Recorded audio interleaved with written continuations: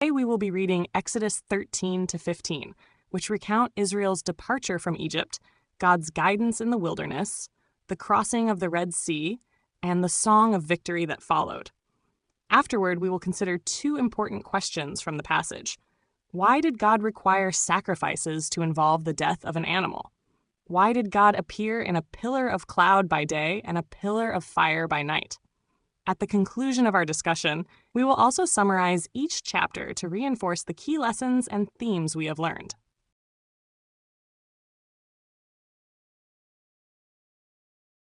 Exodus, chapter 13. And the Lord spake unto Moses, saying, Sanctify unto me all the firstborn, whatsoever openeth the womb among the children of Israel, both of man and of beast, it is mine. And Moses said unto the people, Remember this day in which ye came out from Egypt, out of the house of bondage. For by strength of hand the Lord brought you out from this place. There shall no leavened bread be eaten. This day came ye out in the month Abib.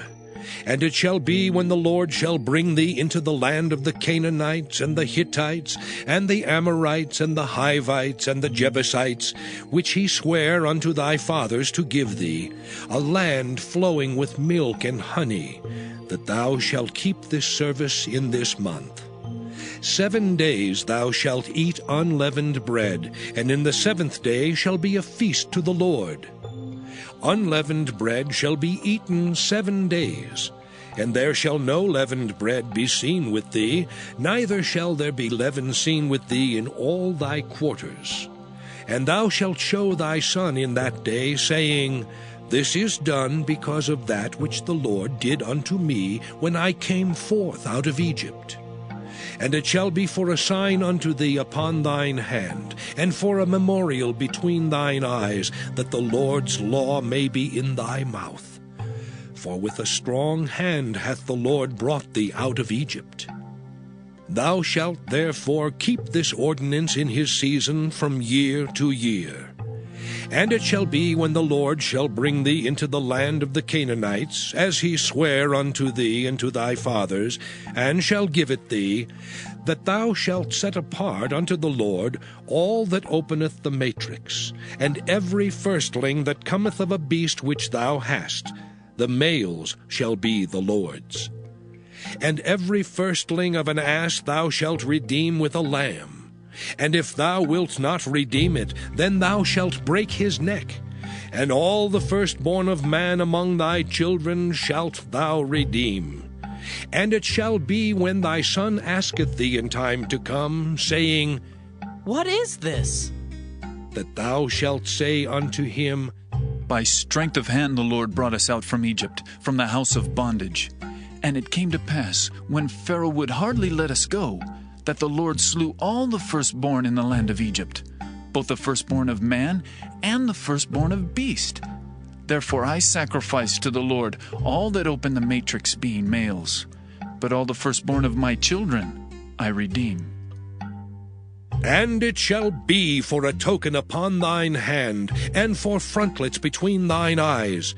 For by strength of hand the Lord brought us forth out of Egypt.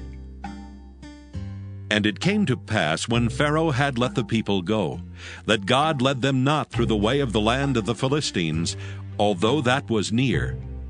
For God said, Lest peradventure the people repent when they see war, and they return to Egypt.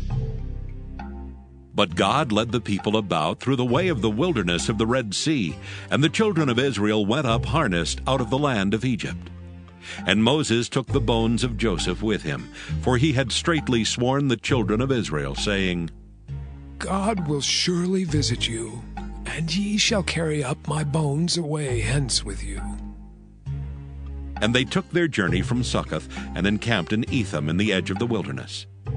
And the Lord went before them by day in a pillar of a cloud, to lead them the way, and by night in a pillar of fire, to give them light, to go by day and night. He took not away the pillar of the cloud by day, nor the pillar of fire by night from before the people. Exodus chapter 14. And the Lord spake unto Moses, saying, Speak unto the children of Israel, that they turn and encamp before Pi-hahiroth, between Migdol and the sea, over against Baal-zephon. Before it shall ye encamp by the sea. For Pharaoh will say of the children of Israel, They are entangled in the land, the wilderness hath shut them in. And I will harden Pharaoh's heart, that he shall follow after them. And I will be honored upon Pharaoh and upon all his host, that the Egyptians may know that I am the Lord. And they did so.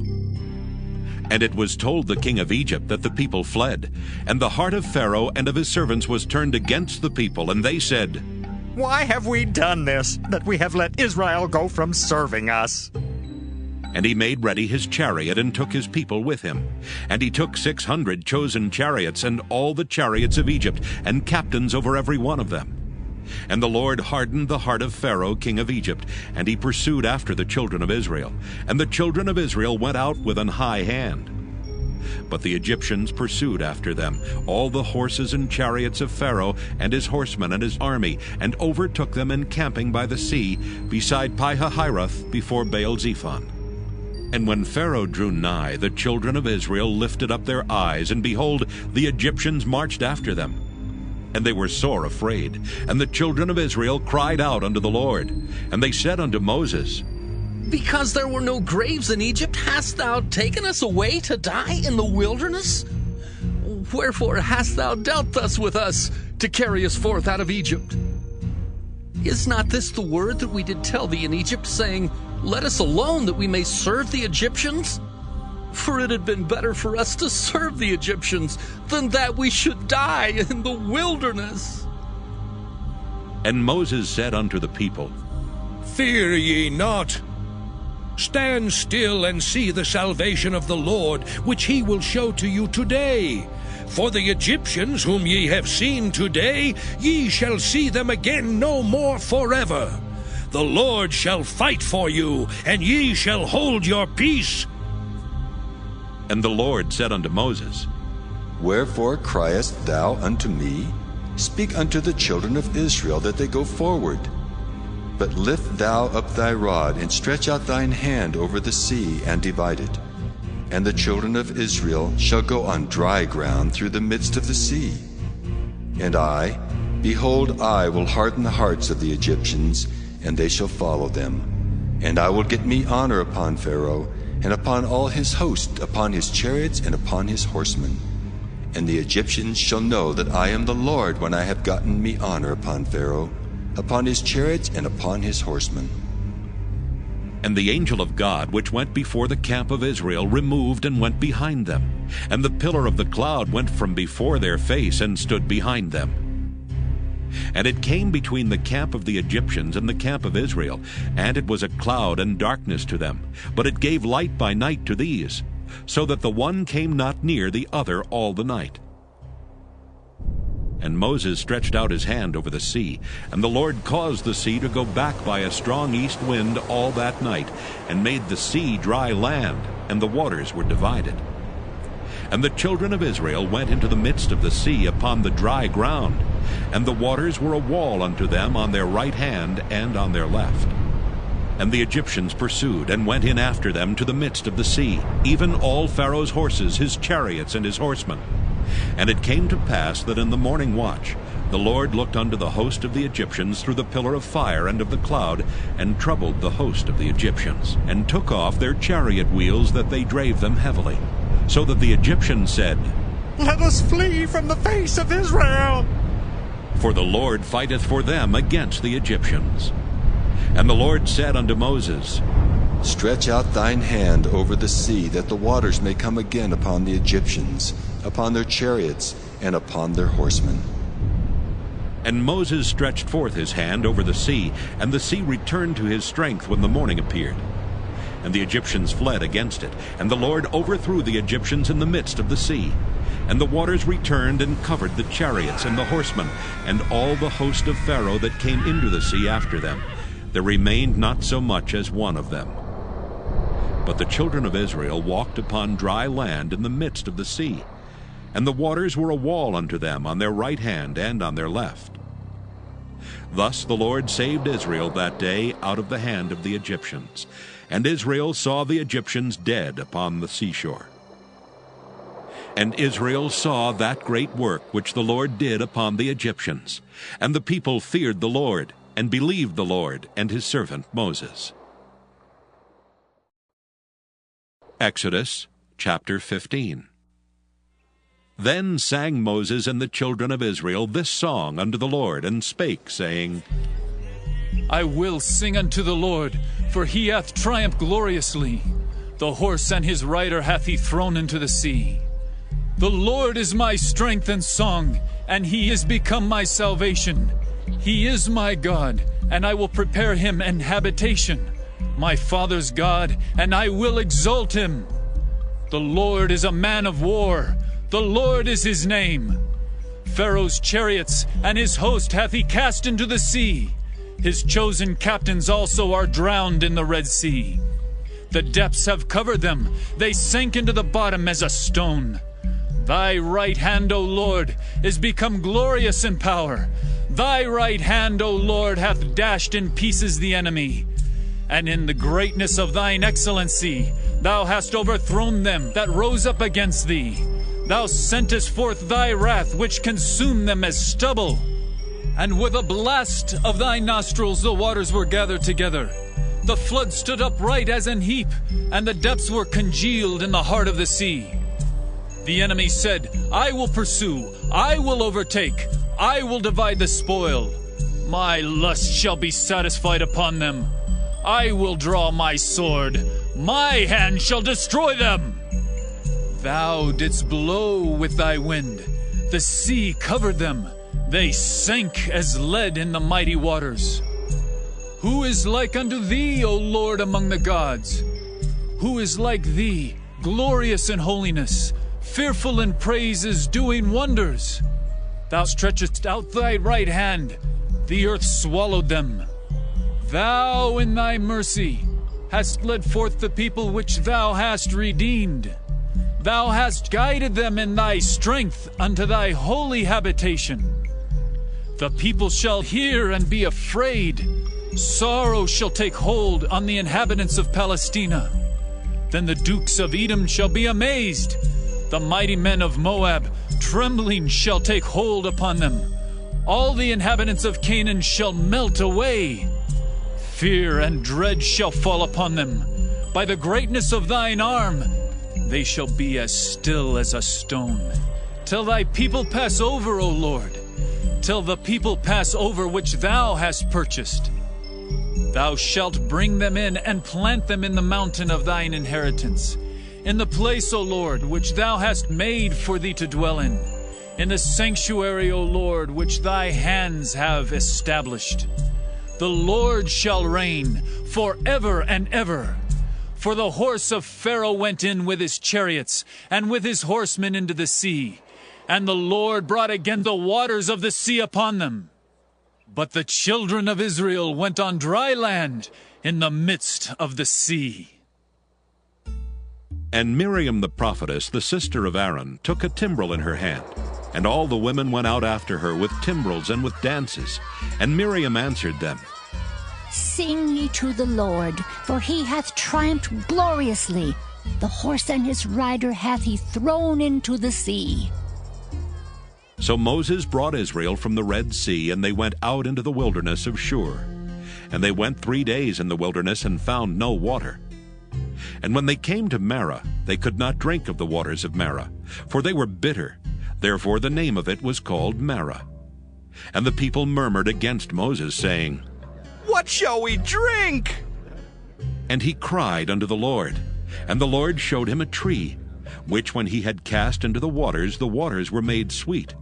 There he made for them a statute and an ordinance, and there he proved them, and said, If thou wilt diligently hearken to the voice of the Lord thy God, and wilt do that which is right in his sight, and wilt give ear to his commandments, and keep all his statutes, I will put none of these diseases upon thee, which I have brought upon the Egyptians. For I am the Lord that healeth thee. And they came to Elim, where were 12 wells of water, and 70 palm trees, and they encamped there by the waters.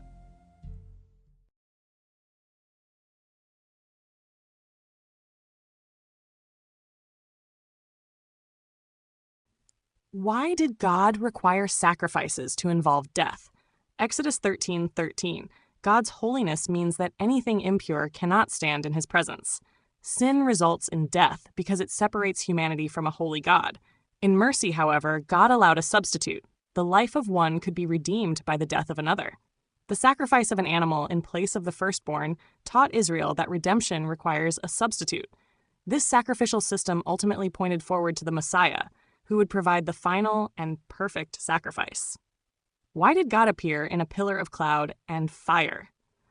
Exodus 13:21-22. The pillar of cloud by day and fire by night visibly assured Israel of God's presence, guidance, and protection. Though they did not see God directly, they witnessed a veiled display of his glory. Like Ezekiel, who saw the appearance of the likeness of the glory of the Lord, Ezekiel 1:28, Israel experienced a visible sign of the invisible God leading them. Why did God seek to gain glory for himself? Exodus 14, verse 4. God's acts were not driven by insecurity, but by revelation. He wanted Egypt and the surrounding nations to know that he alone is the true and living God, far greater than the powerless gods of Egypt. His victory over Pharaoh displayed his supremacy and ensured that his power would not be dismissed as coincidence. Even Moses later expressed concern that if Israel perished, the nations would misunderstand God's power. Numbers 14:11-16. Did the Israelites really resist leaving slavery? Exodus 14:12. Some Israelites feared the uncertainty of freedom more than the familiarity of slavery. Though their complaint in 14:12 is not recorded earlier, it reflects a pattern seen throughout their wilderness journey. Whenever hardship arose, they longed for the security of Egypt. See 16:3, 7:3, Numbers 11:4-5. Their struggle reveals how difficult it can be to trust God when the path forward feels uncertain. What was Miriam's role? Exodus 15:20. Miriam is called a prophetess and played a significant leadership role. After the crossing of the Red Sea, she led the women in worship, celebrating God's victory. Scripture shows that God spoke through her, Numbers 12, verse 1-6, and Micah 6:4 confirms that God sent Miriam alongside Moses and Aaron to lead Israel. She was both a spiritual leader and a worship leader in Israel's early history. Was the healing of the bitter water a miracle or a natural remedy? Exodus 15, verse 25. Some suggest that certain desert plants can improve the taste of bitter water. Others believe the change was entirely supernatural and that the piece of wood served primarily as an act of obedience. Regardless of the mechanism, the event was miraculous in its timing and purpose. God responded to Moses' cry, provided a solution, and demonstrated his care for his people. The focus of the story is not the chemistry of the water, but the faithfulness of God.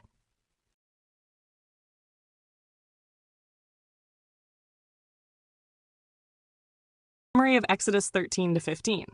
Exodus 13 begins with God instructing Israel to consecrate every firstborn male to him, reminding them that their deliverance from Egypt came at the cost of Egypt's firstborn. God also establishes the Feast of Unleavened Bread as an ongoing memorial, so future generations will remember how he brought them out of slavery with a mighty hand. As the Israelites leave Egypt, God leads them by a pillar of cloud by day and a pillar of fire by night, visible signs of his constant presence and guidance. In Exodus 14, Pharaoh changes his mind and pursues Israel with his army. Trapped between the Red Sea and the advancing Egyptians, the people panic and complain to Moses. God reassures them and miraculously parts the sea, allowing Israel to cross on dry ground. When the Egyptian army follows, the waters return and destroy them. This dramatic rescue reveals God's power, faithfulness, and ability to save his people completely. Exodus 15 records Israel's response, a song of praise celebrating God as warrior, deliverer, and king. Moses and the Israelites worship God for his triumph over Pharaoh. Miriam leads the women in joyful praise with tambourines and dancing. Soon afterward, however, the people face another test when they find bitter water at Marah. They complain again, but God miraculously makes the water drinkable and promises healing if they obey him. Overall, Exodus 13 to 15 highlights God's redemption, guidance, power over enemies, and patient provision, even when his people struggle to trust him. May the Lord bless you and protect you. May the Lord smile on you and be gracious to you. May the Lord show you his favor and give you his peace.